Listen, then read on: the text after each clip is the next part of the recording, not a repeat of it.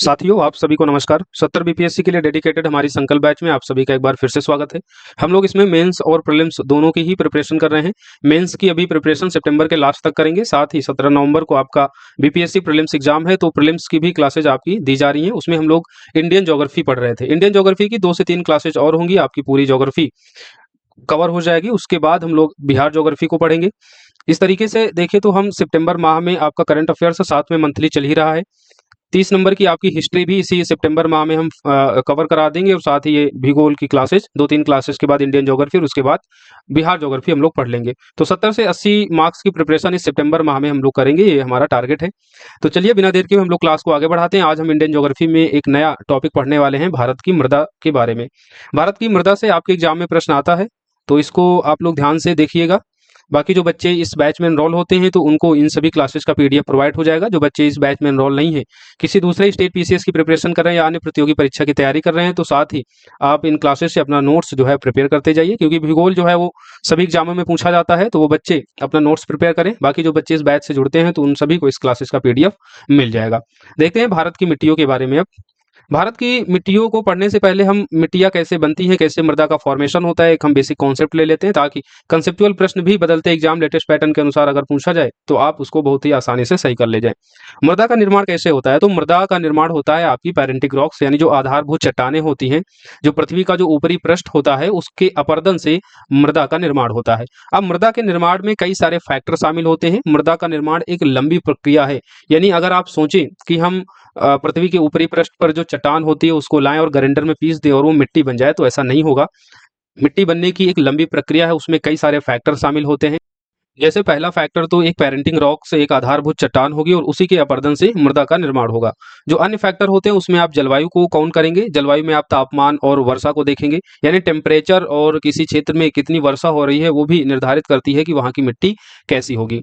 फिर स्थलाकृति उच्चावच, यानी जो क्षेत्र है वो ऊंचा है या नीचा है, समतल है, पठारी क्षेत्र है, पहाड़ी क्षेत्र है या पर्वतीय क्षेत्र है, उस हिसाब से भी आप देखेंगे जो मृदा होती है उसका हम क्लासिफिकेशन करते हैं। तो स्थलाकृति उच्चावच भी मृदा के निर्माण में एक फैक्टर होता है। जैविक प्रभाव जिसमें वनस्पतियां और जीव जंतु होते हैं, यानी कोई पेरेंटिंग रॉक से आधारभूत चट्टानें हैं, उसमें उस पर कितनी बायोडाइवर्सिटी है, उस पर कितने पेड़ पौधे हैं, कितने जीव जंतु हैं।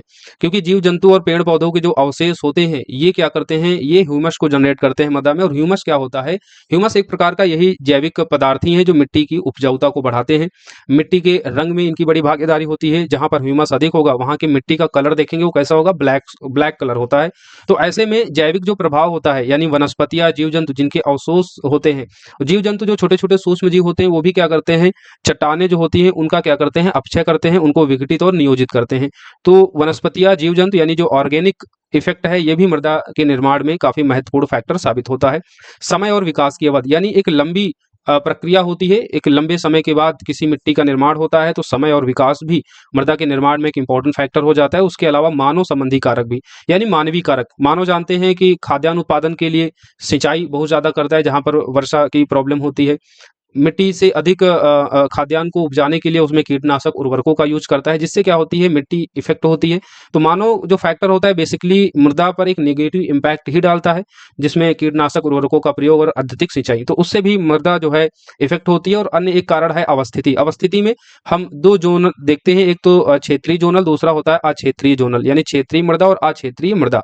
क्षेत्रीय यानी जोनल सॉइल क्या होती है, जो पेरेंटिंग रॉक्स होती है, पेरेंटिंग रॉक्स का जब अपर्दन होता है, तो अपर्दन जब होता है तो ये नीचे आप देखते हैं कि ये इकट्ठा होगी। तो पेरेंटिंग रॉक्स के जो पास में जो मिट्टी होती है उसको कहते हैं क्षेत्रीय मृदा। और कुछ ये जो पेरेंटिंग रॉक्स होती है जब इसका अपर्दन होता है तो पानी के द्वारा, हवा के द्वारा ये जो मिट्टी के जो कण हैं वो दूर जाकर इकट्ठा हो जाते हैं। तो ऐसी मृदाओं को क्या कहते हैं, अक्षेत्रीय मृदा कहते हैं। यानी पेरेंटिंग रॉक्स यानी जो आधारभूत चट्टान के जो पास मिट्टी का निर्माण होगा, जैसे हम लोग प्रायद्वीपीय पठार की जो मृदाएं पढ़ते हैं तो उनको हम क्षेत्रीय मृदा में काउंट करते हैं, क्योंकि प्रायद्वीपीय पठार क्या है, ये स्थिर क्षेत्र है। दूसरी तरफ जब हम जलोढ़ मृदा का क्षेत्र देखते हैं, उत्तर भारत के विशाल मैदान का क्षेत्र, तो यहाँ पर जो मृदा का क्षेत्र बनता है वो अक्षेत्रीय मृदा होती है, क्योंकि नदियों के द्वारा जो है पेरेंटिंग रॉक्स के जो अपरदन के कण होते हैं उनको बहाकर लाया जाता है। तो आधारभूत चट्टानों से दूर लाकर इन नदियों के द्वारा कण लाकर जो है यहाँ पर मृदा इकट्ठा की जाती है, जिसको हम लोग जलोढ़ मैदान कहते हैं। तो जलोढ़ मैदान बेसिकली कैसा है, अक्षेत्रीय मृदा का उदाहरण है। और जो प्रायद्वीपीय पठार की लेटराइट मिट्टी हो गई या फिर काली मिट्टी हो गई, ये सभी क्षेत्रीय मृदा के उदाहरण हैं। अब मृदा के कई सारे घटक होते हैं, यानी मृदा में कई सारे फैक्टर मौजूद होते हैं, कई सारे एलिमेंट्स होते हैं। फैक्टर तो हमने ऊपर देख ही लिए। अब कई सारे एलिमेंट्स होते हैं जिसमें खनिज होता है। आप जानते हैं जो चट्टानें होती हैं, चट्टानों में बहुत सारे खनिज होते हैं, नाइट्रोजन, पोटेशियम, कैल्शियम, मैग्नीशियम। तो ये सभी चट्टानों में जो खनिज होते हैं ये मिट्टी में भी पाए जाएंगे, क्योंकि चट्टानों के ही अपरदन से मिट्टी का निर्माण हो रहा है। तो इसमें खनिज सबसे ज्यादा जो एलिमेंट्स होता है मृदा में वो खनिजों का होता है, लगभग 45% के आसपास। उसके अलावा मिट्टी में जल होगा 25% के आसपास। मिट्टी के जो कण होते हैं उनमें जो गैप होता है उस गैप के बीच में एयर भरी होती है, तो 25% के आसपास एयर भी होती है। उसके अलावा 5% जो है वो ऑर्गेनिक मैटर होता है। ऑर्गेनिक मैटर कौन से होते हैं? जो वनस्पति और जीव जंतुओं के जो अवशेष होते हैं वो ऑर्गेनिक मैटर यानी जैविक पदार्थ कहलाते हैं, और इसी को हम ह्यूमस भी कहते हैं। तो 5% जो है मिट्टी में ह्यूमस होता है। तो ओवरऑल अगर हम देखें मृदा के एलिमेंट्स में, तो खनिज 45%, जल 25%, वायु 25% और 5% ऑर्गेनिक मैटर। तो इस तरीके से मिट्टी के बारे में एक हमने ओवरऑल कॉन्सेप्ट यहाँ पर देख लिया कि कैसे पृथ्वी के ऊपरी पृष्ठ या पेरेंटिंग रॉक्स के अपरदन से मिट्टी का निर्माण होता है। मृदा में कई सारे शामिल तत्व होते हैं, जैसे खनिज, जैव पदार्थ, जल और वायु। जल और वायु जो है एक प्रकार के ये अकार्बनिक पदार्थ हैं। खनिज और जो जैव पदार्थ होते हैं ये कार्बनिक तत्व हैं। तो मृदा के निर्माण में कार्बनिक और अकार्बनिक तत्व दोनों ही शामिल होते हैं। अब अगर हम इसकी डेफिनेशन दें तो लिख सकते हैं मृदा निर्माण एक लंबी प्रक्रिया है जिसके अंतर्गत मृदा में भौतिक, रासायनिक और जैविक परिवर्तन होते हैं।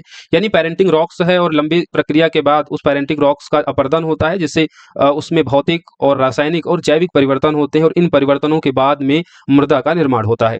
मृदा निर्माण की प्रक्रिया को मृदा जनन या पेडोजेनेसिस कहते हैं। पेडो शब्द जहां पर लग जाए ना, पेडो शब्द जहां पर लग जाए समझ लीजिए वो मृदा से संबंधित शब्द है। तो मृदा निर्माण की प्रक्रिया को हम कहते हैं मृदा जनन या पेडोजेनेसिस, और मृदा का अध्ययन कहलाता है पेडोलॉजी। और मृदा विज्ञान यानी पेडोलॉजी के जो जनक कहला जाते हैं वो रूसी भूगर्भ शास्त्री डकाचेव को इनको माना जाता है। तो याद रखिए वीवी डकाचेव जो रशियन भूगर्भ शास्त्री थे, इनको हम पेडोलॉजी का जनक कहते हैं, मृदा विज्ञान का जनक कहते हैं। अब हम यहाँ पर देखेंगे मृदा परिच्छेदिका। मृदा परिच्छेदिका का कॉन्सेप्ट कहाँ कहाँ से आता है? तो ये जोनल सॉइल और जो अजोनल सॉइल हमने पढ़ी थी ना, क्षेत्रीय मृदा और अक्षेत्रीय मृदा। क्षेत्रीय मृदा हमने क्या बताया कि जो पेरेंटिंग रॉक्स होती हैं उसके पास में जो मृदा का निर्माण होता है उसको कहते हैं हम लोग क्षेत्रीय मृदा, यानी आधारभूत चट्टान के पास में। तो इस आधारभूत चट्टान के पास जो क्षेत्रीय मृदा का निर्माण होता है, इसकी अगर हम विशेषताओं को देखते हैं तो इसमें क्या क्या विशेषता हो जाती है। इसकी एक पहली मुख्य विशेषता तो यही है कि क्षेत्रीय मृदा में आप मृदा परिच्छेदिका का देखेंगे। मृदा परिच्छेदिका यानी सॉइल प्रोफाइल। सॉइल प्रोफाइल एक परिपक्व मृदा में ही दिखती है, और परिपक्व मृदा तभी होती है जब वो एक जगह लंबे समय तक स्थिर रहती है। तो ये जो क्षेत्रीय मृदा होती है लंबे समय तक स्थिर रहती है एक ही जगह, इसलिए यहाँ पर आपको सॉइल प्रोफाइल देखने को मिलता है। अक्षेत्रीय मृदाओं में आपको सॉइल प्रोफाइल नहीं मिलेगा, क्योंकि इनके जो मृदा के कण हैं वो एक स्थान से दूसरे स्थान तक स्थानांतरित होते जाते हैं। तो मृदा परिच्छेदिका कहाँ पर आपको देखने को मिलेगा? क्षेत्रीय मृदाओं में। अब मृदा परिच्छेदिका देख लेते हैं, सॉइल प्रोफाइल देख लेते हैं। तो मिट्टी में आप देखते हैं कई सारे संस्तर होते हैं इस सॉइल प्रोफाइल में। जो सबसे नीचे आप देखते हैं वो है आधारभूत चट्टान, जिसको हम लोग बेड रॉक्स कहते हैं या पेरेंटिंग रॉक्स कहते हैं। इसके अपरदन से ये बड़े बड़े जो चट्टानों के टुकड़े होते हैं, ताप, दाब, वर्षा जब इनमें पड़ती है, वनस्पति और जो जीव जंतु होते हैं छोटे छोटे, वो जब चट्टानों को विघटित और वियोजित करते हैं तो चट्टान क्या होती है? छोटे छोटे टुकड़ों में टूटती है। तो सबसे नीचे या सबसे पहला जो संस्तर आपको देखने को मिलता है वो आधारित चट्टानों का मिलता है। उसके बाद चट्टानें जो हैं अपक्षयित होती हैं, जिसको हम लोग सब स्टम रॉक्स भी कहते हैं, जिसको सी से डिनोट करते हैं। फिर उसके ऊपर आपको मिलती है उपमृदा, सबसॉइल। अपक्षयित चट्टानों के ऊपर आपको उपसॉइल मिलेगी। फिर आप देख रहे हैं ये है ए, इसको ए संस्तर कहते हैं, और यहाँ पर आपको सरफेस दिख रही है, इसी सरफेस में आपको मृदा मिलेगी। और मृदा की जो सबसे ऊपरी सतह होती है उसमें आपको ऑर्गेनिक मैटर मिलता है, जिसको हम लोग कहते हैं ह्यूमस। तो ये है सॉइल प्रोफाइल, ये संस्तर है OABCR। यानी अगर ऊपर से नीचे आएंगे तो सबसे पहले आपको O मिलेगा, फिर आपको A मिलेगा, फिर B मिलेगी, फिर C मिलेगा, फिर R मिलेगा। O जिसमें आपको ह्यूमस मिलेगा, ऑर्गेनिक मैटर। A जहां पर आपको सरफेस, जहां पर आपको मृदा मिलेगी। फिर B ये उपमृदा होती है, यानी चट्टानों के छोटे छोटे टुकड़े होते जाते हैं, और उन्हीं के क्रम में ये आपको संस्तर देखने को मिलता है। तो बी को कहते हैं उपमृदा। फिर बी के नीचे जो सी होती है उसको कहते हैं अपक्षयित चट्टान, और आर जो होती है वो बेड रॉक्स होती है, यानी जो पेरेंटिंग रॉक्स होती है, बड़े बड़े जो चट्टान होती हैं। तो इस सॉइल प्रोफाइल को आप लोग याद रखिए। एग्जाम में अगर प्रश्न आएगा तो आप क्रम लगा लीजिएगा कि ऊपर से नीचे या नीचे से ऊपर सॉइल प्रोफाइल को लगाइए। मृदा का सबसे ऊपरी संस्तर क्या कहलाता है? तो वो ह्यूमस, ऑर्गेनिक वहां पर होता है। उसके नीचे मृदा यानी सरफेस होती है, फिर उपमृदा होती है, फिर अपक्षयित चट्टानें होती है, सबसे नीचे आधारित चट्टानें। अब मृदा निर्माण की प्रक्रिया देखते हैं, सॉइल फॉर्मिंग प्रोसेस है क्या। तो इसमें एक चीज तो आपने देखा कि मृदा में बहुत सारे जो तत्व होते हैं वो जुड़े होते हैं, मृदा का संवर्धन जिसको कहते हैं। तो मृदा निर्माण की प्रक्रिया में एक चीज यहाँ पर आप देख रहे हैं कि मृदा संवर्धन, यानी जो एक मृदा है, ठीक है, मिट्टी का निर्माण हुआ है, तो कई सारे फैक्टर जैसे वायु के द्वारा या जल के द्वारा क्या होता है, दूसरी जगह से भी मृदाएं क्या होती हैं, यहाँ पर आकर इससे जुड़ जाती हैं। तो मृदा में जब अन्य तत्व जुड़ते हैं तो उसको कहते हैं मृदा का संवर्धन होना।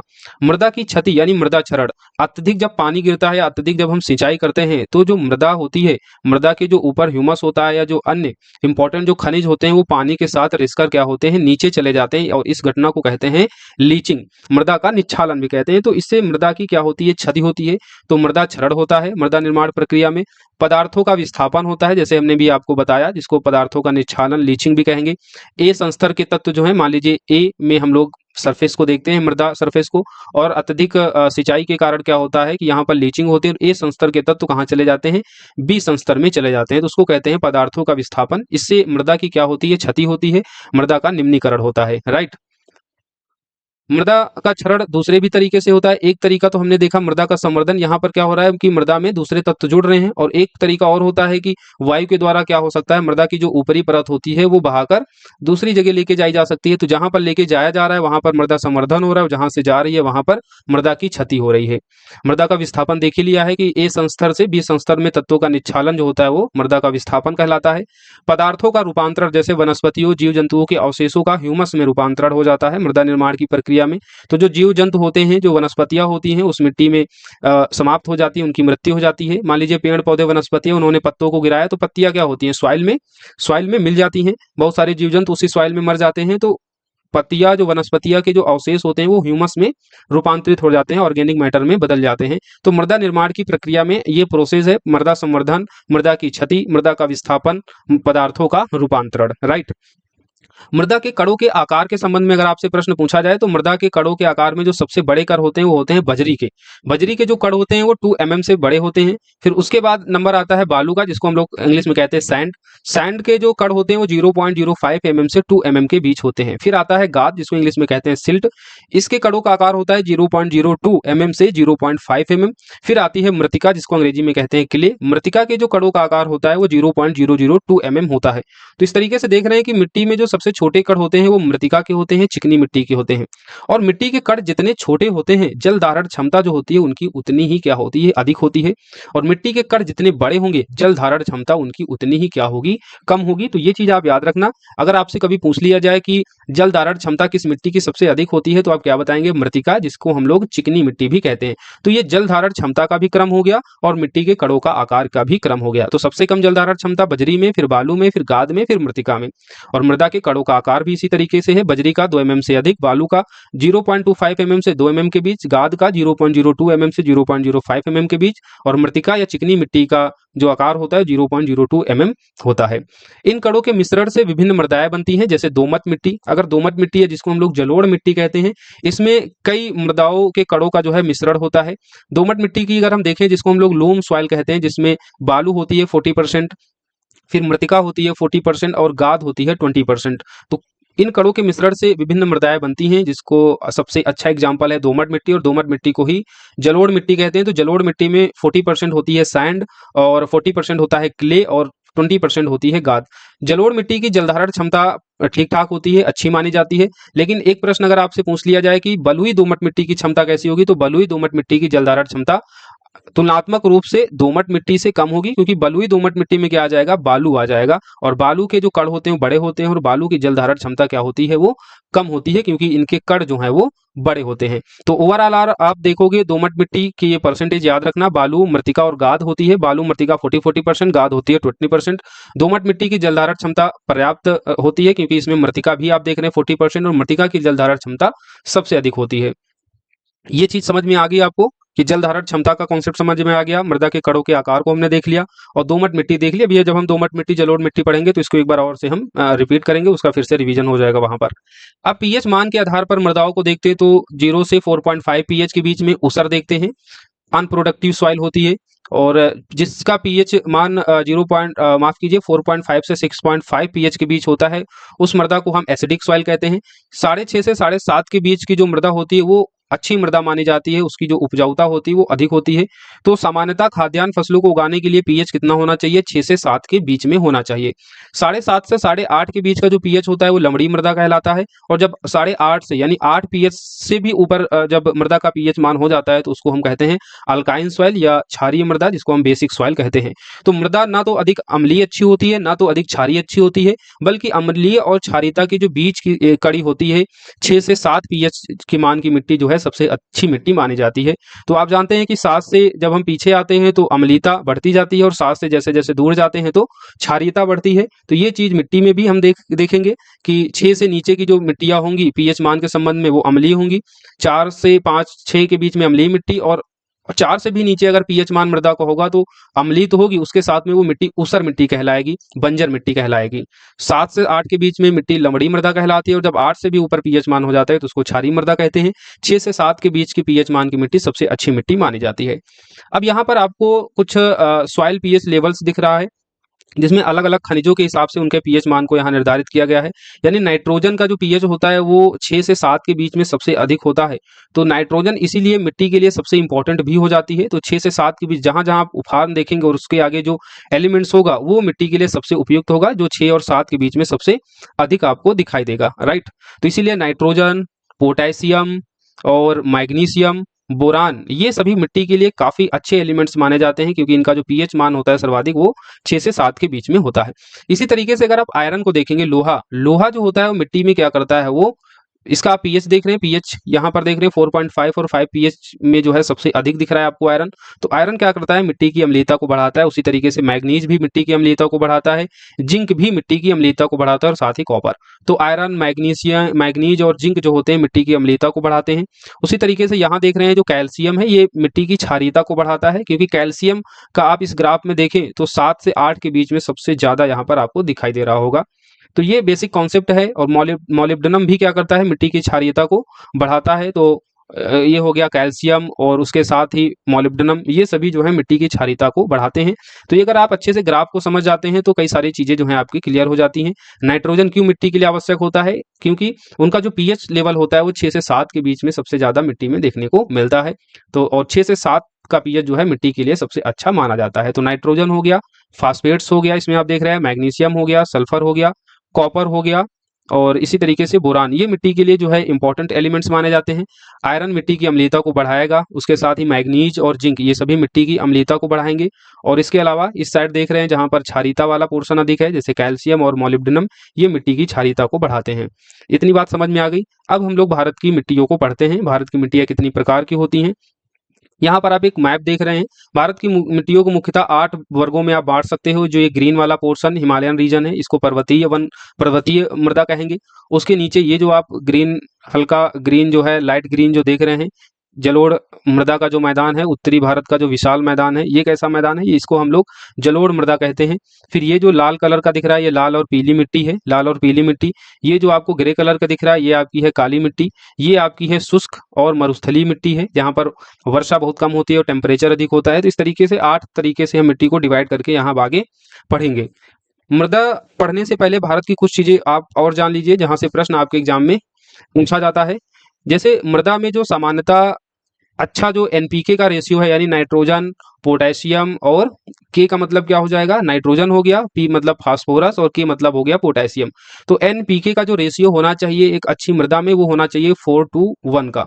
4 होना चाहिए नाइट्रोजन, 2 का रेशियो होना चाहिए फास्फोरस का, और 1 होना चाहिए पोटेशियम का।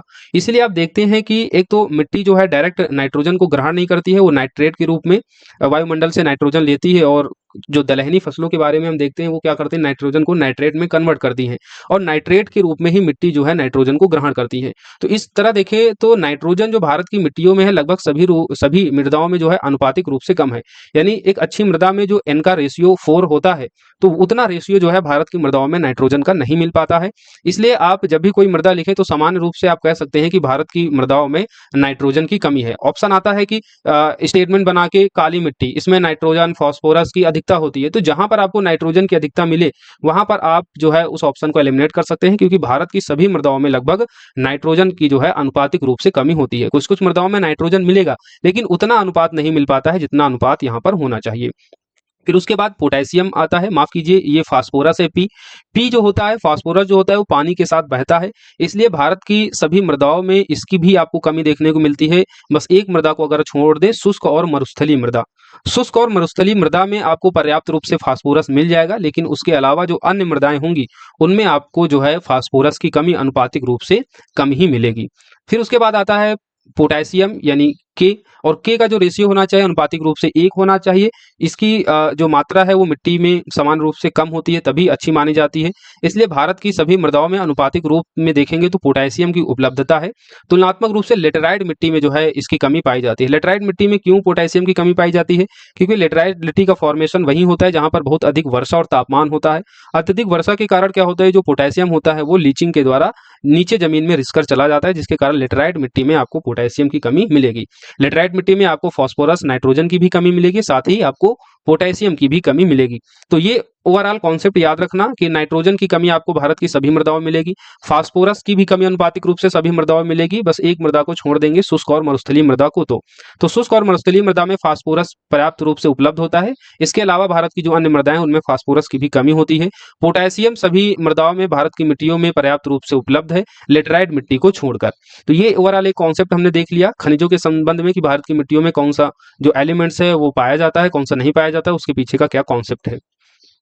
भारत की सभी मृदाओं में ह्यूमस की कमी दिखाई देती है। यद्यपि पीटमय जो मृदा होती है, पीटमय मृदा ऐसी मृदा होती है जहां पर पानी जो है लंबे समय तक भरा रहता है। और पीटमय मृदा ये आप देख रहे हैं जो डेल्टाई क्षेत्र बनते हैं, चाहे वो पश्चिम बंगाल का क्षेत्र हो या फिर इधर आंध्र प्रदेश और गोदावरी का क्षेत्र हो, और ये आप देख रहे हैं जो हरियाणा का जो उत्तरी वाला क्षेत्र है, यहाँ पर आपको पीटमय मृदा मिलेंगी। और पीटमय मृदाओं में जो है अन्य मृदाओं की तुलना में, भारत की जो अन्य मृदाएं हैं उनकी तुलना में यहाँ पर ह्यूमस की प्रचुरता देखी जाती है। ओवरऑल ह्यूमस की तो कमी भारत की सभी मृदाओं में मिलेगी, लेकिन अपेक्षिक रूप से अगर तुलनात्मक रूप से देखेंगे तो पीटमय मृदा में अन्य मृदाओं की तुलना में आपको यहाँ ह्यूमस देखने को मिलता है। तो एक ओवरऑल हमने कॉन्सेप्ट ले लिया ह्यूमस का, और नाइट्रोजन, पोटेशियम और फास्फोरस का कहाँ पर मिट्टियों में आपको देखने को मिलेगा।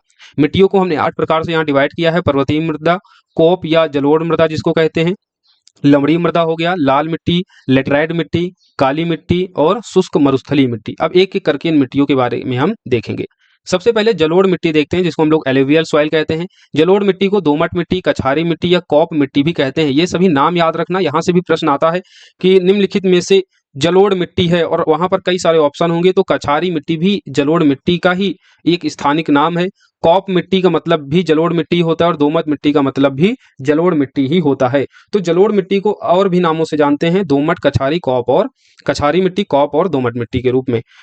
देश का कुल क्षेत्रफल जितना है उसमें सबसे ज्यादा जो मृदा का क्षेत्र है वो जलोढ़ मृदा का ही है, लगभग 40%। अभी लेटेस्ट एक डाटा आया जिसमें 33.5% दिखा रहा है। तो 35 से 40% अगर देखें तो पूरे भारत के क्षेत्र में सबसे ज्यादा इस जलोढ़ मृदा आपको देखने को मिलेगा। जलोढ़ मृदा वही है जो हिमालय की नदियों द्वारा लाने से जो उत्तर भारत का जो पूरा विशाल मैदान बनता है, ये पूरा जलोढ़ मैदान ही है। उसके बाद ये तटवर्ती मैदान आप देख रहे हैं, ये भी आपकी क्या है, मैदान ही है, जो नदियों के अवसादों से बना होता है। तो नदियों के अवसादों से ये जलोढ़ मिट्टी का निर्माण होता है, और भारत के लगभग 35 से 40% हिस्से में आपको यही जलोढ़ मृदा देखने को मिलती है। जलोढ़ मिट्टी में जो प्रचुरता होती है वो पोटास की अधिकता होती है। चूना, फास्फोरस, एसिड, ये जलोढ़ मिट्टी में मेनली पाए जाते हैं। तो जलोढ़ मिट्टी में किस खनिज की ज्यादा प्रचुरता होती है? तो पोटास होता है इसमें, चूना और फास्फोरिक एसिड होता है। ये फास्फोरिक एसिड के बारे में कई बार प्रश्न पूछा जा चुका है, तो याद रखिएगा। स्टेटमेंट बना के आपसे भी प्रश्न यहाँ से पूछे जाते हैं। कमी वाला तो आप हमेशा याद रखिएगा, नाइट्रोजन और ह्यूमस जो होगा वो लगभग भारत की मृदाओं में उनकी कमी ही रहेगी। प्रचुरता थोड़ी सी देखते जाइएगा, जलोढ़ मृदा में पोटास, चूना और फास्फोरिक एसिड की प्रचुरता होती है। अक्षेत्रीय मृदा होने के कारण इसमें जो है सॉइल प्रोफाइल नहीं बनता है। हमने जोनल सॉइल और अजोनल सॉइल जब बताया है तब इस चीज को समझाया था। अक्षेत्रीय मृदाएं ऐसी होती हैं जो पेरेंटिंग रॉक से दूर उनका निर्माण होता है, नदियों के पानी द्वारा या वायु के द्वारा। जब पेरेंटिंग रॉक्स के जो अपरदित कण होते हैं उनको दूर ले जाकर कहीं इकट्ठा किया जाता है और उससे मृदा का एक निर्माण होता है, मृदा क्षेत्र का निर्माण होता है। तो वैसी मृदाओं में आपको सॉइल प्रोफाइल नहीं मिलता है, क्योंकि मृदा के कण एक जगह से दूसरी जगह स्थानांतरित होते जाते हैं। सॉइल प्रोफाइल आपको क्षेत्रीय मृदाओं में मिलता है जो पेरेंटिंग रॉक्स के पास में जिनका निर्माण होता है। और सॉइल प्रोफाइल को हमने यहाँ पर बहुत ही बेहतरीन तरीके से अभी आपको बताया था सॉइल प्रोफाइल के बारे में, जिसमें संस्तर थे। सबसे पहले ओ संस्तर था जिसमें ह्यूमस और ऑर्गेनिक मैटर होता है। उसके नीचे हमने ए संस्तर देखा था जो मृदा होती है, फिर उपमृदा, फिर अपक्षयी चट्टान और सबसे नीचे आधारी चट्टान थी, राइट। तो मृदा प्रच्छेदिका नहीं बनती है जलोढ़ मिट्टी में, ये एक प्रकार की अक्षेत्रीय मृदा होती है। बारीक कणों के कारण जल धारण क्षमता इनकी अधिक होती है। भारत की सबसे उपजाऊ मिट्टी मानी जाती है जलोढ़ मृदा। अब उपजाऊता के बारे में हमने आपको बताया था कि जिस मिट्टी की ह्यूमस जो होती है ज़्यादा होती है, जिस मिट्टी में, उसकी उपजाऊता भी क्या होगी, अधिक होगी। लेकिन केवल ह्यूमस ही उपजाऊ का कारण नहीं है। जो जलोढ़ मृदा होती है वो नदियों के द्वारा हर साल नदियों में बाढ़ आता है और नए अवसाद आते हैं, और ये अवसादों के जो कण होते हैं वो बड़े ही बारीक होते हैं, जिसके कारण इनकी जल धारण क्षमता अत्यधिक होती है, और जल धारण क्षमता अत्यधिक होने के कारण मिट्टी जो होती है वो उपजाऊ होती है। तो भारत की जो उपजाऊ मिट्टी है, ये सबसे ज्यादा मिट्टी जलोढ़ मृदा ही है। इसकी जल धारण क्षमता अधिक है। इसका विस्तार देखेंगे तो उत्तरी मैदानी प्रदेश, तटवर्ती मैदानी प्रदेशों में आपको इसका विस्तार मिलेगा। जलोढ़ मिट्टी को दोमट मिट्टी भी कहते हैं। तो इसमें बालू भी आपको मिलेगी 40% के आसपास, क्ले भी 40% के आसपास मिलेगा, गाद या जिसको पंग सुकड़ भी कहते हैं ये भी आपको 20% मिलेगा। तो दोमट मिट्टी में 3 प्रकार के मिट्टियों के कण मिलते हैं, बालू, मृतिका, गाद। गाद को हम पांग सुकड़ भी कहते हैं, इस चीज को याद रखना। कुछ अन्य इंपॉर्टेंट फैक्ट हैं जलोढ़ मृदा से जुड़े हुए, जैसे जल धारण क्षमता अगर हम देखें तो मिट्टी के कणों के आधार पर हमने आपको पहले ही बताई थी कि चिकनी और जो मृतिका मिट्टी होती है, जिसके मृदा के कणों का आकार 0.02 mm से भी कम होता है, 0.002 mm से भी कम होता है मृतिका चिकनी मिट्टी के कणों का आकार, इसलिए जल धारण क्षमता इसकी सबसे अधिक होती है। फिर गाद, फिर बालू, और सबसे कम जल धारण क्षमता बजरी की।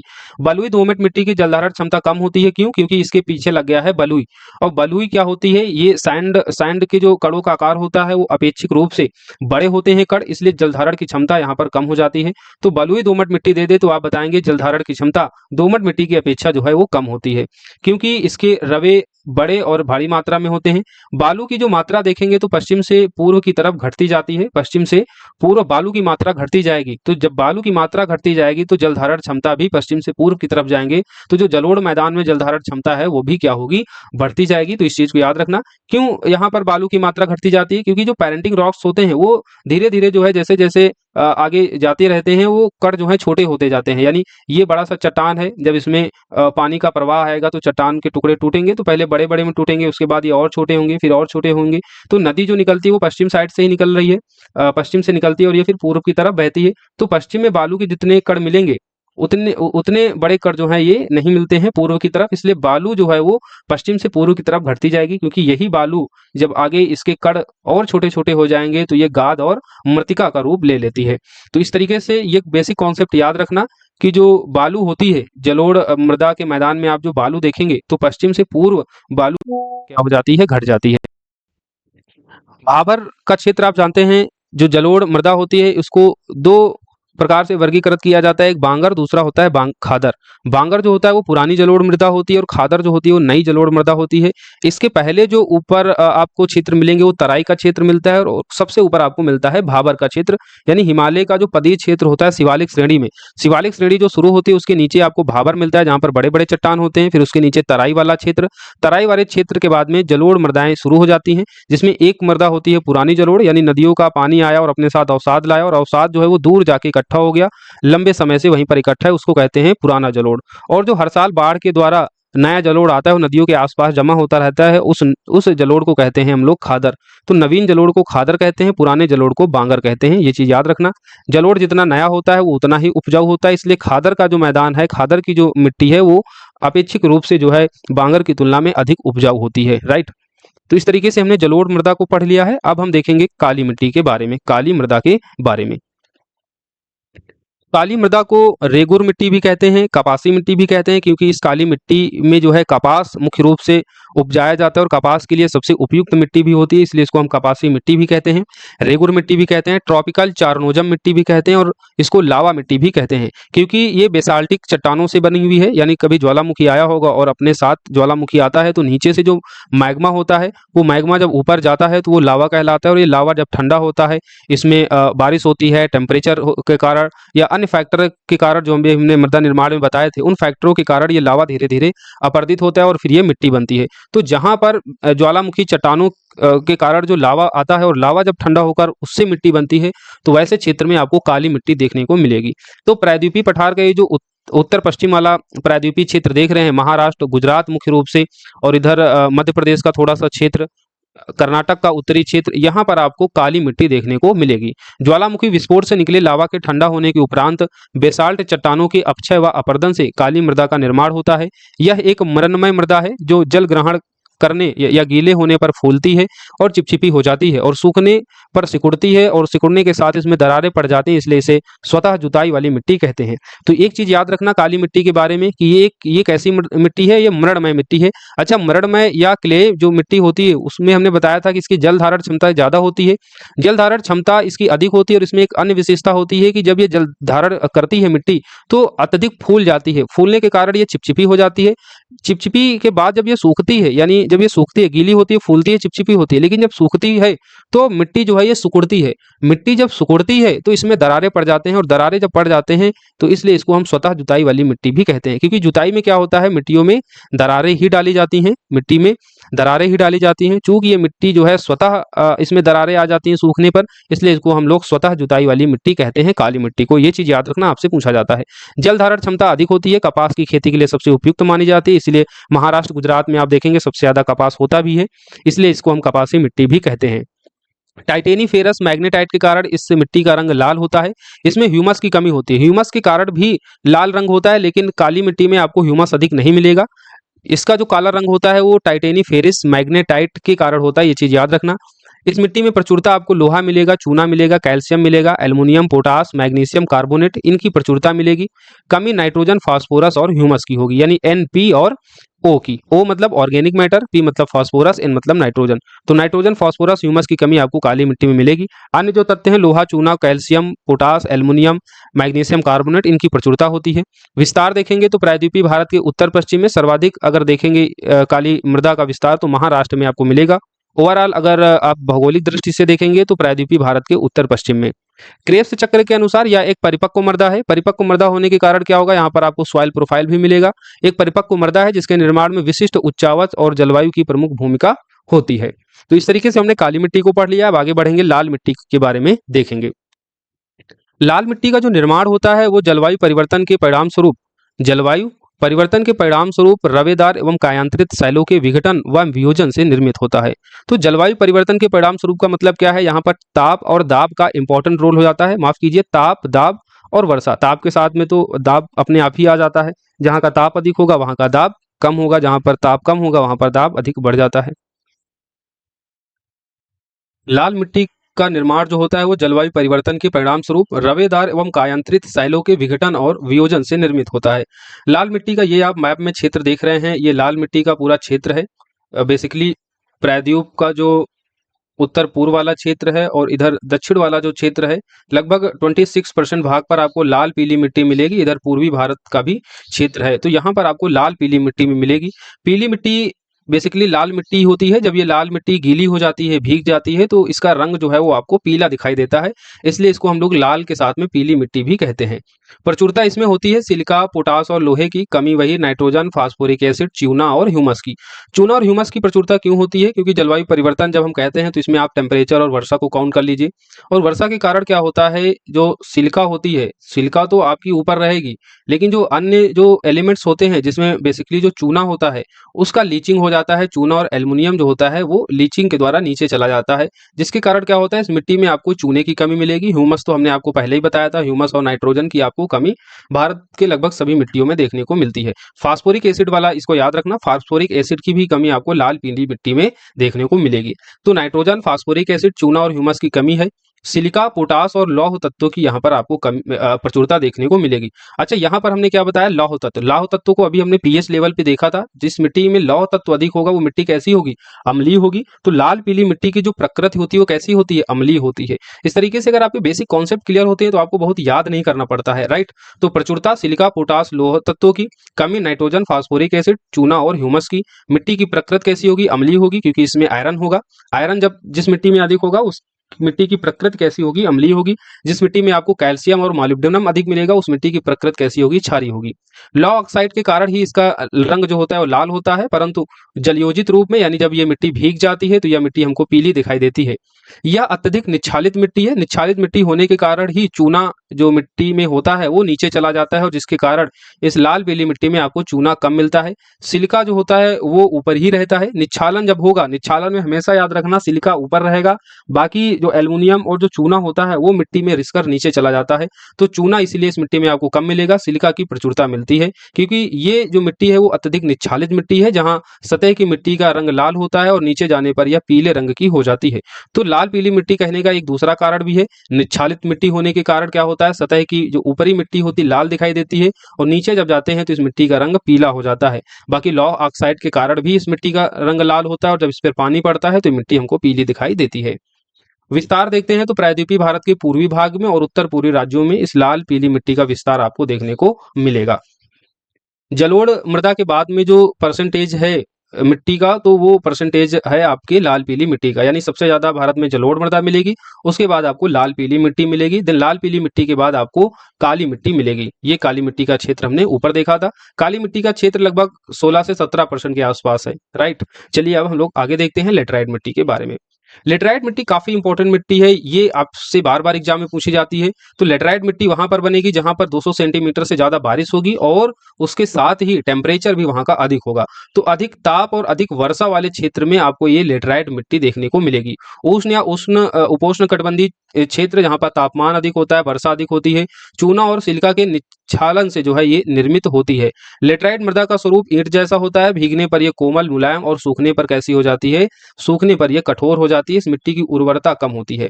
लेटराइट मिट्टी ये देख रहे हैं, लेटराइट मिट्टी आपको वहीं वहीं देखने को मिलेगी जहां पर बारिश अधिक होती है। तो मेघालय की पठार में जो पहाड़ियां होती हैं, गारो खासी जयंती हम जानते हैं, यहाँ पर बारिश अत्यधिक होती है, इसलिए यहाँ पर आपको लेटराइट मिट्टी मिलेगी। जो आपका पश्चिमी घाट है, वेस्टर्न घाट है, आप जानते हैं जो दक्षिण पश्चिम मानसून जिसके कारण भारत में सबसे ज्यादा बारिश होती है, इसी पश्चिमी घाट से प्रवेश करते हैं और जो पश्चिमी घाट की पर्वत श्रेणियां होती हैं इस मानसून को रोककर सबसे ज्यादा यहाँ बारिश करती हैं। इसलिए लेटराइट मिट्टी जो आपको सबसे ज्यादा मिलेगी ये पश्चिमी घाट में ही मिलती है। इसके अलावा बारिश का जो क्षेत्र होता है वो आप तमिलनाडु के पूर्वी घाट में देखते हैं। जो लौटता हुआ मानसून उत्तर पूर्वी मानसून है जो शीतकाल में बारिश करता है इस क्षेत्र में, तो यहाँ पर आपको लेटराइट मिट्टी मिल जाएगी। राजमहल की पहाड़ियों में आपको लेटराइट मिट्टी मिल जाएगी। तो जहां पर बारिश ज्यादा होगी और टेम्परेचर वहां का अधिक होगा वहां पर आपको लेटराइट मिट्टी मिलेगी। बारिश के कारण इस मिट्टी का निच्छालन अधिक होता है, जिसके कारण चूना जो होता है वो लीचिंग के द्वारा नीचे चला जाता है। लेटराइट मिट्टी का स्वरूप कैसा होता है, ईंटे जैसा। ईंटे जैसे का मतलब क्या है कि ये भीगने पर, जैसे कोई कच्चा ईंटा होता है उसमें आप पानी डालेंगे तो भीगने पर क्या होता है बहुत ही मुलायम हो जाता है, लेकिन जब वो धूप में सूख जाता है तो बहुत ही हार्ड कठोर हो जाता है। तो ऐसे ही है ये लेटराइट मिट्टी, ईंटे जैसा इसका स्वरूप है, यानी भीगने पर ये कोमल मुलायम हो जाती है और सूखने पर ये कठोर हो जाती है। लेटराइट मिट्टी की उर्वरता जो होती है वो कम होती है। इसमें उर्वरकों का यूज करके हम काजू जो फसल होती है उसको उगा सकते हैं। इसीलिए महाराष्ट्र का ये जो पश्चिमी घाट का क्षेत्र है ये काजू नारियल के लिए काफी इंपॉर्टेंट हो जाता है। लेटराइट मिट्टी में आपको मसालों की खेती देखने को मिलेगी। प्रचुरता अगर इस देखें तो इसमें आपको लोहा और एल्युमिनियम ऑक्साइड की प्रचुरता मिलेगी और कमी नाइट्रोजन, फास्फोरस, पोटाश, चूना और ह्यूमस की, क्योंकि जो चूना होता है वो लीचिंग के द्वारा नीचे चला जाता है। नाइट्रोजन वैसे भी हमने आपको बताया, नाइट्रोजन ह्यूमस मिट्टियों में कम ही मिलता है भारत की मिट्टियों में अनुपातिक रूप से। फास्फोरस, पोटाश की भी इसमें कमी होती है। इसके अलावा प्रचुरता याद कर लीजिए, लोहा और एल्युमिनियम ऑक्साइड की इसमें प्रचुरता देखने को आपको मिलेगी। रासायनिक संगठन और ऊंचाई में संबंध आपको इस मिट्टी में मिलेगा। निचले भाग की अपेक्षा ऊपरी भागों की जो मृदा होती है वो अत्यधिक कैसी होती है, अम्लीय होती है, क्योंकि ऊपरी भागों में ही सबसे ज्यादा बारिश होती है। जो पर्वत श्रेणियां होती हैं वो ऊंची ऊंची होती है और उन मानसूनों को रोककर ऊपरी हिस्से में सबसे ज्यादा बारिश करती हैं, जिसके कारण क्या होता है कि जो चूना होता है वो निच्छालित हो जाता है नीचे। चूना कैसा होता है, चूने की जो गुण होता है वो क्षारीयता होती है। जब मिट्टी में चूना नहीं होगा, दूसरी चीज क्या होगी, वहां पर आयरन होगा मिट्टी में, तो वो मिट्टी अम्लीय हो जाएगी। तो एक तो चूने के निच्छालन के कारण मिट्टी की अम्लीयता बढ़ जाती है, दूसरा लोहा की उपस्थिति जिस मिट्टी में होगी, अभी हमने पीएच मान के संबंध में बताया था, लोहा और जिंक ये सभी क्या करते हैं, मिट्टी के पीएच मान को बढ़ाते हैं, उसमें इंप्रूवमेंट करते हैं। तो लोहा जहां होगा वहां की मिट्टी कैसी होगी, वो अम्लीय होगी। तो लोहा और एल्युमिनियम ऑक्साइड की प्रचुरता के कारण भी आपको मिट्टी अम्लीय दिखेगी और निचले भागों की अपेक्षा ऊपरी भागों में मिट्टी अधिक अम्लीय होती है, क्योंकि ऊपरी भागों में बारिश ज्यादा होती है, जो चूने का निच्छालन भी वहां पर ज्यादा हो जाता है। चूने की प्रकृति कैसी होती है, क्षारीय होती है। तो जब चूना किसी मिट्टी से हटेगा तो मिट्टी की जो प्रकृति है वो अम्लीय होती जाएगी, राइट। विस्तार देखें तो पश्चिमी तटवर्ती प्रदेश, जैसे में मालाबार तट भी कहते हैं, राजमहल, मेघालय की पहाड़ियां, तमिलनाडु के पूर्वी तटों में आपको लेटराइट मिट्टी की प्रचुरता देखने को मिलेगी। अब हम देखते हैं शुष्क और मरुस्थलीय मृदा। संरचना में बालुई जो होती है मिट्टी, उसकी जलधारण क्षमता कम होती है। प्रकृति में लवणीय मृदा होती है। शुष्क और मरुस्थलीय मृदा के बारे में पढ़ रहे हैं। शुष्क और मरुस्थलीय मृदा कैसी मृदा होती है? यहाँ पर आपको बालू देखने को अधिक मिलता है, क्योंकि रेगिस्तान जानते हैं ना। शुष्क और मरुस्थलीय मृदा कहाँ मिलेगी? ये जो अरावली का जो पश्चिम वाला क्षेत्र है, मरुस्थलीय क्षेत्र, इसी को हम लोग शुष्क मरुस्थलीय क्षेत्र कहते हैं, जहाँ का टेम्परेचर तो अधिक होता है लेकिन वहाँ की बारिश कम होती है। बारिश कम होती है, यहाँ पर बालू मिट्टी होती है। बालू मिट्टी के जो कण होते हैं वो बड़े होते हैं, जिसके कारण जल धारण क्षमता इनकी कम होती है। प्रकृति में ये लवणी होते हैं, क्योंकि ये जो मिट्टी है ये कैसी है? ये मिट्टी का जो पीएच है वो 7 से अधिक होता है। 7 और 8 के बीच के पीएच मान की जो मिट्टी होती है लवणी होती है, और 8 के जब बाद ऊपर चले जाएगा पीएच मान मिट्टी का तो क्षारीय हो जाता है। तो शुष्क मरुस्थलीय मिट्टी की जो प्रकृति होती है वो लवणी होती है। प्रचुरता इसमें घुलनशील लवणों की, फास्फोरस और चूना अगर आप देखेंगे तो इसमें अधिक होगा। चूना क्यों? क्योंकि चूना क्षारीय होता है। चूना का पीएच मान 7 से अधिक होता है, इसलिए जहां भी चूना होगा तो वो मिट्टी या तो क्षारीय होगी या तो लवणी होगी। शुष्क और मरुस्थलीय मिट्टी में नाइट्रोजन, पोटास और ह्यूमस की कमी मिलेगी, जैसा कि सभी मिट्टियों में कॉमन चीज हम देख ही रहे हैं। विस्तार इसका देखें तो शुष्क व अर्धशुष्क क्षेत्रों में जो अरावली पर्वत और सिंधु घाटी के मध्य क्षेत्र है, विशेषतः पश्चिमी राजस्थान, उत्तरी गुजरात, दक्षिणी हरियाणा और पश्चिमी उत्तर प्रदेश, ये जो पूरा बेल्ट हमने आपको मैप में दिखाया है, यहाँ पर आपको शुष्क और मरुस्थलीय मृदा देखने को मिलती है। मरुस्थलीय मृदा बेसिकली अरावली का जो पश्चिम वाला रीजन है वहां मिलेगी। बाकी शुष्क मिट्टी आपको देखने को मिल सकती है हरियाणा का दक्षिण साइड, और उत्तर प्रदेश का उत्तर पश्चिम वाला रीजन, और गुजरात का थोड़ा सा ये उत्तरी हिस्से में आपको शुष्क मिट्टी देखने को मिल सकती है। मरुस्थलीय मिट्टी आपको अरावली के जो पश्चिम वाला क्षेत्र है यहाँ पर मरुस्थलीय और शुष्क मिट्टी देखने को मिलती है। शुष्क मरुस्थलीय मिट्टियों में घुलनशील लवण होते हैं, फास्फोरस चूने की अधिकता होती है, मिट्टी की प्रकृति लवणी होती है, जलधारण क्षमता कम होती है, क्योंकि ये बालुई मिट्टी है। बालुई मिट्टी के कण जो है वो बड़े होते हैं। कण बड़े होने के कारण क्या हो जाते हैं? इनकी वाटर कैपेसिटी क्षमता जो है, वाटर कैपेसिटी कम हो जाती है, राइट। नाइट्रोजन, पोटास, ह्यूमस की कमी। लवणी और क्षारीय मृदा आप देख लेते हैं। लवणी क्षारीय मृदा हमने आपको बताया है कि मिट्टी का पीएच मान जब अधिक हो जाएगा, 7 से 8 के बीच जब मिट्टी का पीएच मान होगा तो मिट्टी लवणी होगी। जब 8 से भी ज्यादा पीएच मान हो जाता है तो मिट्टी क्षारीय हो जाती है। यह एक अंतर क्षेत्रीय मृदा होती है और इसका विस्तार आपको सभी जलवायु प्रदेशों में मिलेगा। ये मुख्यतः जो किसान होते हैं मानव जनित कारकों के द्वारा लवणी और क्षारीय मृदा का निर्माण होता है। जैसे जो हरित क्रांति वाला क्षेत्र है, हरित क्रांति में क्या होता है? अत्यधिक उर्वरकों का यूज किया जाता है। दूसरी चीज क्या होती है? अत्यधिक वहां पर सिंचाई की जाती है। अत्यधिक सिंचाई करने के कारण क्या होता है? लवणीय और क्षारीय मृदा का निर्माण होता है। तो अत्यधिक सिंचाई, उर्वरकों के प्रयोग से मृदा लवणीय व क्षारीय हो जाती है। अतः इस मृदा का मुख्य विस्तार हरित क्रांति से प्रभावित क्षेत्रों में देखने को मिलेगा।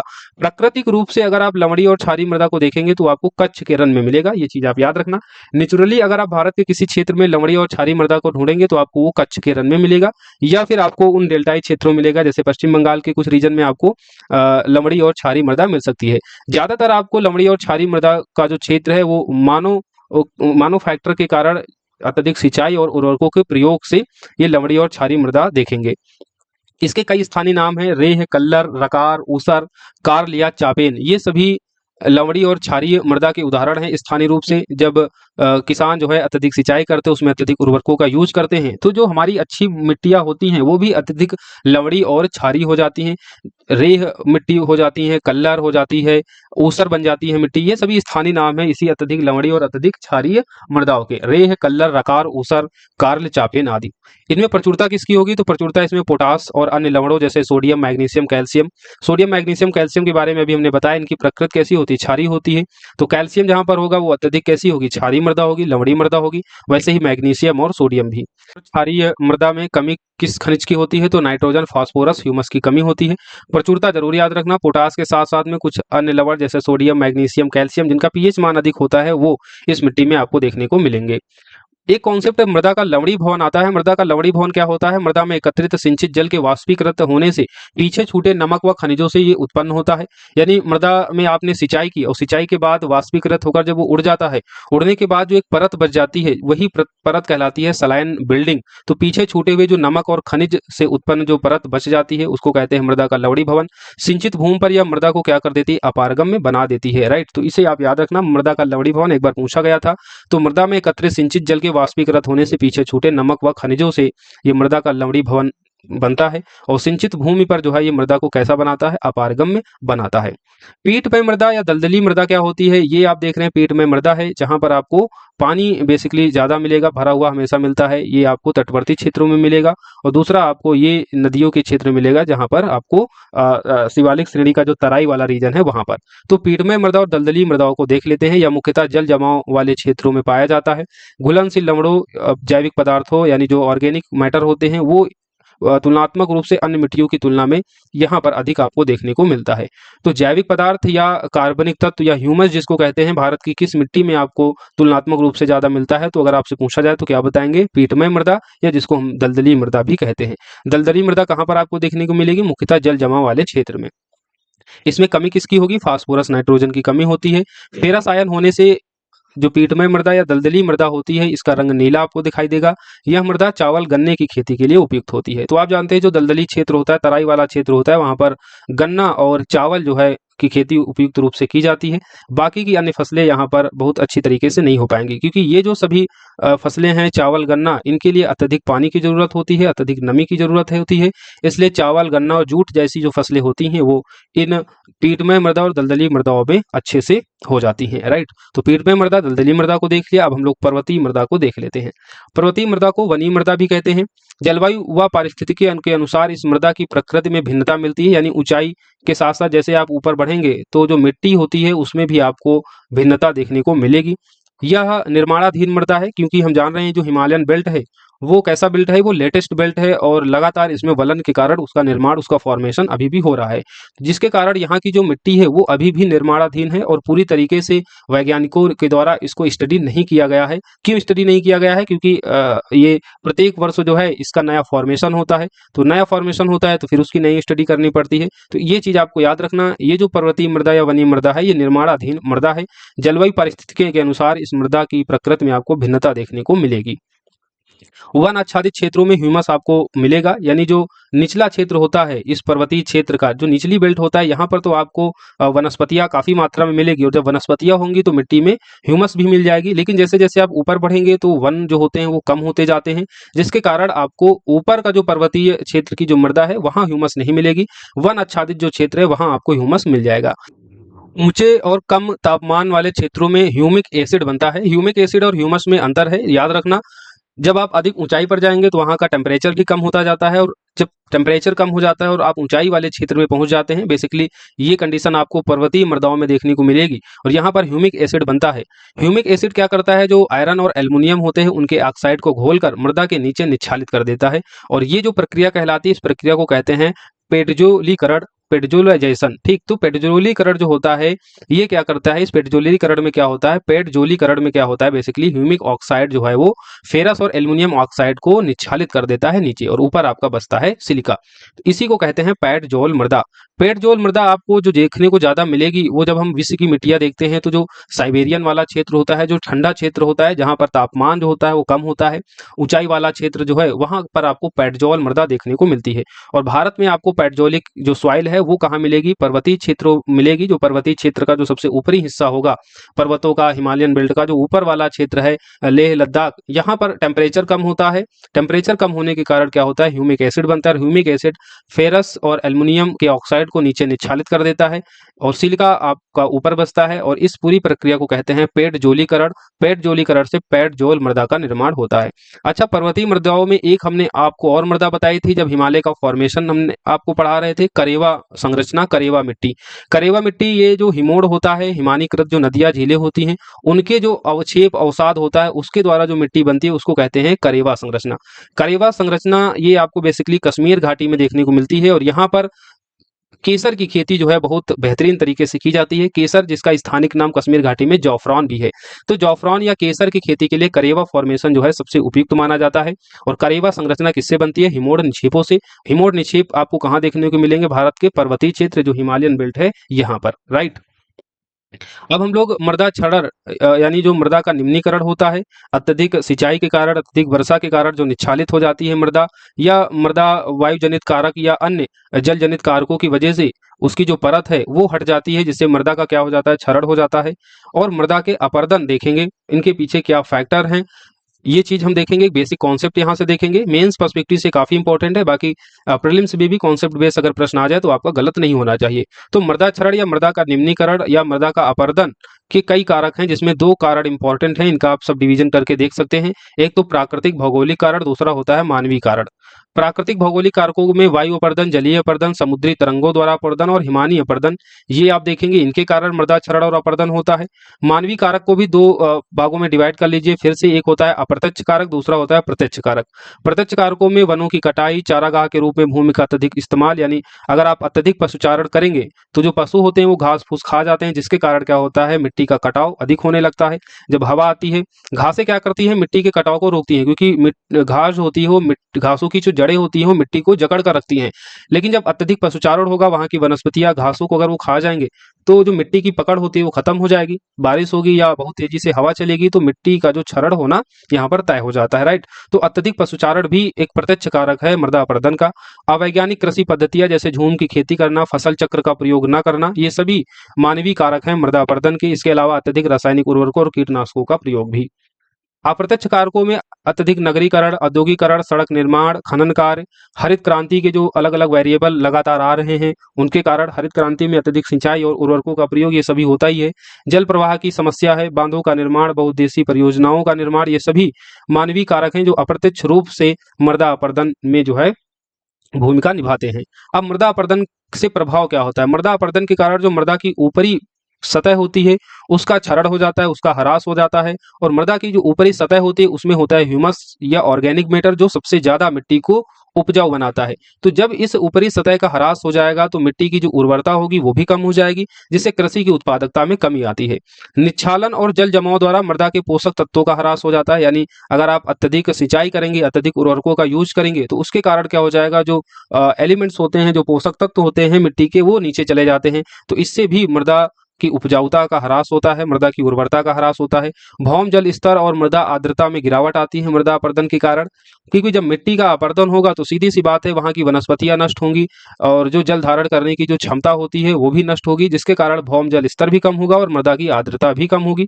वनस्पतियों का सूखना, शुष्क भूमि के क्षेत्र में विस्तार होना, सूखे व बाढ़ के प्रकोप का बढ़ना भी मृदा अपरदन के प्रभाव का कारण है, क्योंकि जो पेड़ पौधे वनस्पतियां होती हैं वो क्या करती हैं, मिट्टी को जकड़ के रखती हैं, और मिट्टी को जकड़ के रखेंगी तो जब बाढ़ आएगी तो जहां पर वनस्पतियां होंगी तो वनस्पतियां क्या करती हैं, उस बाढ़ के पानी को रोक लेती हैं। मिट्टी अगर कटेगी नहीं नदियों से तो बाढ़ जो होती है वो फिर उफान मारकर ऊपर तक नहीं आ पाती है।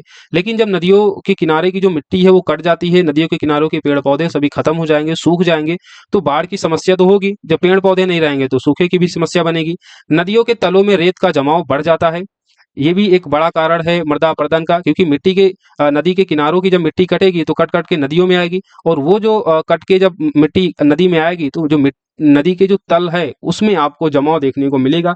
जब मिट्टियों के जो जो अवसाद हैं नदी के किनारों से कट कर आ जाएंगे और नदियों के द्वारा जो बहा कर लाए जाते हैं वो भी आ जाएंगे, तो इससे क्या होगा, नदी के तल में जमा हो जाएंगे। नदी के तल में जमा हो जाएंगे तो जो जल का स्तर है वो ऊपर बढ़ जाता है, इसके कारण भी बाढ़ देखने को मिलती है। तो नदियों के तल में रेतों का जमाव बढ़ना, भूस्खलन के खतरों का बढ़ जाना, वनस्पति आवरण नष्ट होने से इमारती लकड़ी की कमी, वन्य जीवों पर भी प्रतिकूल प्रभाव पड़ता है। तो मृदा अपरदन के ये कई सारे प्रभाव हैं। मेंस एग्जाम में अगर पूछा जाए तो एक लाइन से पॉइंट वाइज आप इनको लिख सकते हैं।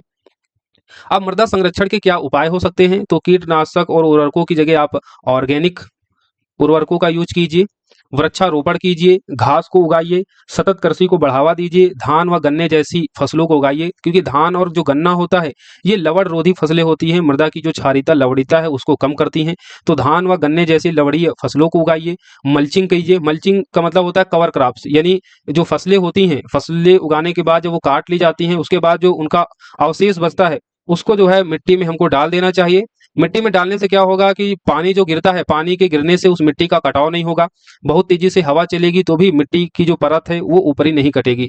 तो आप मल्चिंग बना सकते हैं मृदा अपरदन को रोकने के लिए। समोच्च रेखीय रोधिका बना सकते हैं। समोच्च रेखीय रोधिका और नीचे लिखा है कि समोच्च रेखीय जुताई, ये बेसिकली आपको पहाड़ी क्षेत्रों में मिलता है। उसी तरीके से वेदिका कृषि यानी सीढ़ी नुमा कृषि, आप इस तरीके से कुछ कृषि कर सकते हैं। यहाँ से पर्वत, पहाड़, पठार जो भी हो ऊंचाई वाला क्षेत्र, तो इस तरीके से अगर सीढ़ी बना देंगे और सीढ़ी बनाने के बाद यहाँ पर फसल उगाएंगे तो पानी यहाँ पर आएगा, फिर यहाँ से रिसकर यहाँ जाएगा, तो मिट्टी का अत्यधिक कटाव नहीं हो जाएगा। वो एक स्टेप से दूसरे स्टेप में जाकर वो मिट्टी रुक जाएगी, वो बहकर जो है वो नीचे नहीं जाएगी। तो मिट्टी के कटाव को जो है इस तरीके से भी रोका जा सकता है, मिट्टी के प्रवाह के वेग को कम करके, इस तरह सीढ़ी नुमा कृषि करके, राइट।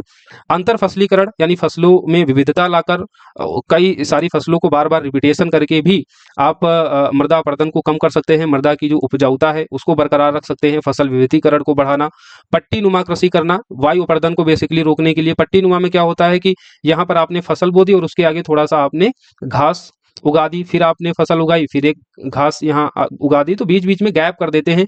एक छोटा एरिया है, छोटा एरिया है, और एक फिर फसल का एक बड़ा एरिया। तो ये क्या करता है, वायु के वेग को प्रभावित करता है, जिससे मिट्टी का कटाव यहाँ पर कम होता है। रक्षक मेखलाएं बना दी जाती हैं, यानी बाढ़, आपका खेत है और उस खेत के चारों तरफ अगर आप पेड़ लगा देते हैं तो इससे भी मृदा का अपरदन जो है वो कम हो जाएगा।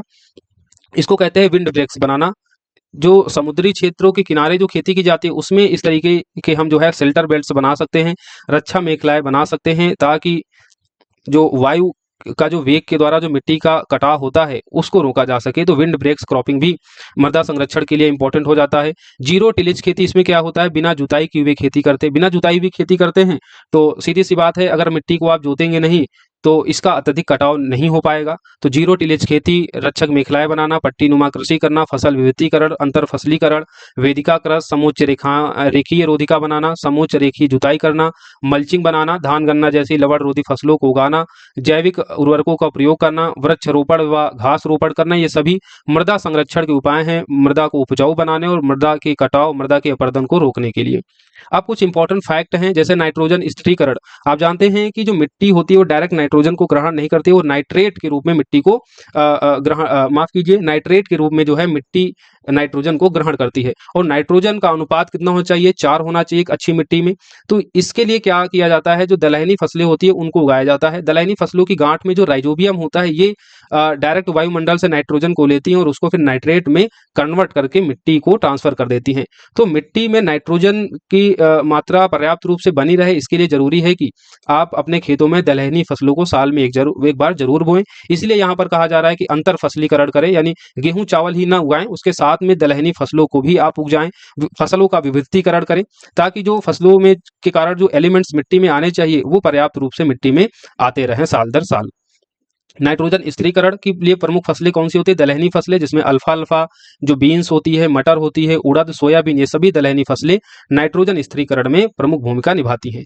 सामान्यतः फसलों को उगाने के लिए पीएच मान 6 से 7 के मध्य होना चाहिए। अम्लीय मिट्टी कैसी होती है, अवसादी प्रकृति की होती है, अधिक तापमान और अत्यधिक वर्षा के कारण अत्यधिक लीचिंग से इनका निर्माण होता है। अम्लीय मिट्टियों में आपको आयरन की अत्यधिकता मिलेगी। अम्लीय मृदा को अगर कृषि योग्य बनाना है तो इसकी जो है क्षारीयता को बढ़ाना पड़ेगा, और क्षारीय प्रकृति होती है चूने की, तो अगर आप इसमें चूना मिला देंगे तो अम्लीय मृदा की थोड़ी सी क्षारीयता बढ़ जाएगी, और थोड़ी सी क्षारीयता होनी भी चाहिए, पीएच मान 6 से 7 के बीच होना चाहिए। तो अम्लीय मृदा में अगर आप चूने को मिला देंगे तो ये कृषि योग्य बन जाती है। उसी तरीके से जब मिट्टी अत्यधिक क्षारीय हो, तो जब मिट्टी अत्यधिक क्षारीय है तो उसमें थोड़ा सा आपको अम्लीयता वाला एलिमेंट्स मिलाना पड़ेगा, और अम्लीयता होती है किसमें, जिप्सम में। तो आपको क्या करना होगा, जिप्सम का यूज करना होगा। भारत में क्षारीय मृदा शुष्क व अर्ध शुष्क क्षेत्रों तथा दलदली भागों में आपको मिलेगी। मृदा की क्षारीयता को कम करने के लिए मृदा में जिप्सम या कैल्शियम सल्फेट का प्रयोग किया जाता है। तो ये चीज आप लोग याद रखना, ये इंपॉर्टेंट है, आपसे यहाँ से प्रश्न पूछा जाता है कि मिट्टी की अम्लीयता को दूर करने के लिए क्या किया जाना चाहिए, तो उसमें चूना मिला दीजिए। मिट्टी की क्षारीयता को कम करने के लिए उसमें जिप्सम या कैल्शियम फॉस्फेट सल्फेट उसमें मिला दीजिए। और इसके अलावा लवणीयता या क्षारीयता को दूर करने के लिए आप गन्ना और जो लवणी रोधी जो फसलें हैं उनको भी आप बोकर जो है लवणीयता को दूर कर सकते हैं, राइट। तो ये कुछ बेसिक कॉन्सेप्ट है, इनको भी याद रखना। अच्छा, मृदा अपरदन का एक अनुक्रम होता है जो आप के एग्जाम में पूछा जाता है। तो जो सबसे ज्यादा मृदा अपरदन होता है उसको कहते हैं धारा चैनल अपरदन, जो सबसे कम होता है उसको कहते हैं अस्फाल अपरदन या बूंदाघात अपरदन। ये बेसिकली जल जनित अपरदन है, यानी जब बारिश बूंदों बूंदों के रूप में होगी, टप टप टप पृथ्वी पर पड़ेगी, उसके कारण जो मिट्टी का अपरदन होगा उसको कहते हैं बूंदाघात अपरदन या अस्फाल अपरदन। तो ये दोनों नाम याद रखना, ज्यादातर एग्जाम में कठिन बनाना होता है क्वेश्चन तो बूंदाघात की जगह अस्फाल अपरदन लिखते हैं, तो याद रखना अस्फाल अपरदन को ही बूंदाघात अपरदन कहते हैं। उसके बाद आपको मिलेगा परत अपरदन। परत अपरदन को सीट ओरिजन कहते हैं, यानी पहले बूंदाघात के रूप में बूंद बूंद के रूप में अपरदन हो रहा है, उसके बाद मिट्टी अत्यधिक बारिश होगी तो मिट्टी की ऊपरी परत दर परत उसका इरोजन होगा तो उसको परत अपर्दन कहते हैं। फिर एक मिट्टी में नालियां बन जाएंगी, अत्यधिक अपर्दन होगा तो मिट्टी में क्या हो जाएगी, छोटी छोटी नालियां बन जाएंगी, उन नालियों के द्वारा जो है मिट्टी का कटाव होता रहेगा तो उसको कहते हैं रिले अपर्दन। अब जब रिले अपर्दन और आगे बढ़ जाएगा तो उसको कहेंगे अवनालिका अपर्दन। अवनालिका अपर्दन का बढ़ा हुआ रूप जब बीहड़ और खड्ड बना देता है, जैसे चंबल का जो क्षेत्र देखते हैं, चंबल जो नदी देखते हैं, वो बेसिकली बीहड़ के लिए प्रसिद्ध है क्योंकि वहां पर आपको मिट्टी का कटाव बहुत देखने को मिलता है। वहां पर जो अपर्दन होता है वो धारा चैनल अपर्दन या अवनालिका अपर्दन देखने को मिलता है। तो ये चीज याद रखना, ये अनुक्रम है छोटे से बड़े के रूप में अपर्दन का, जिसमें असफाल अपर्दन, फिर परत अपर्दन, रेल अपर्दन, अवनालिका अपर्दन, फिर धारा चैनल अपर्दन। सबसे लास्ट में पॉइंट लिखा हुआ है जो सोरघन या जिसको ज्वार कहते हैं, किसी अन्य फसलों की तुलना में भूम अपर्दन के लिए अत्यधिक उत्तरदायी होती है। तो इस तरीके से सॉइल ऑफ इंडिया, भारत की मृदा से संबंधित जितने भी क्वेश्चन आपके एग्जाम में बन सकते हैं, जहां से पूछे जा सकते हैं, वो सभी हमने यहाँ पर डिस्कस कर दिए हैं और कुछ बेसिक कॉन्सेप्ट भी आपको बताए हैं कि कैसे मृदा का संरक्षण करना है, मृदा के बनने की निर्माण की प्रक्रिया, उसके प्रमुख फैक्टर, एलिमेंट्स, हर चीज आपको हमने बताई है। मृदा अपर्दन के कौन से कारक हैं, उनको कैसे रोका जाए, उसके क्या प्रभाव होंगे। यानी अगर मेंस में भी क्वेश्चन आता है तब भी आप बहुत ही आसानी से इस नोट्स के माध्यम से इसको प्रिपेयर करके आप लिख सकते हैं। बाकी प्रीलिम्स पॉइंट ऑफ व्यू से हमने सभी इंपॉर्टेंट फैक्ट और कॉन्सेप्ट को यहाँ पर क्लियर किया है। तो आई होप आप सभी को ये क्लासेस पसंद आई होगी, इन्फॉर्मेटिव लगी होगी। चैनल को अगर आप पहली बार विजिट कर रहे हैं तो सब्सक्राइब कर दीजिए ताकि ऐसी क्लासेज आपको मिलती रहें। बाकी जो बच्चे संकल्प बैच से जुड़ना चाहते हो, दिए गए नंबर पर कॉल या मैसेज करके इससे जुड़ सकते हैं। 70 बीपीएससी डेडिकेटेड बैच है जिसमें प्रीलिम्स और मेंस दोनों की प्रिपरेशन कर रहे हैं। टेलीग्राम चैनल से जरूर जुड़िए, वहां पर आपको कई सारी महत्वपूर्ण इन्फॉर्मेशन प्रोवाइड की जाती है। अगर इन सभी क्लासेस का आपको पीडीएफ चाहिए तो आपको इस बैच से जुड़ना होगा। इसकी फीस केवल 499 है। तो मिलेंगे हम लोग अगली क्लास के साथ में। जब तक आप लोग पढ़ते रहिए, जहां है वहां सुरक्षित रहिए, अपना ख्याल रखिए। बाय बाय, धन्यवाद, जय हिंद।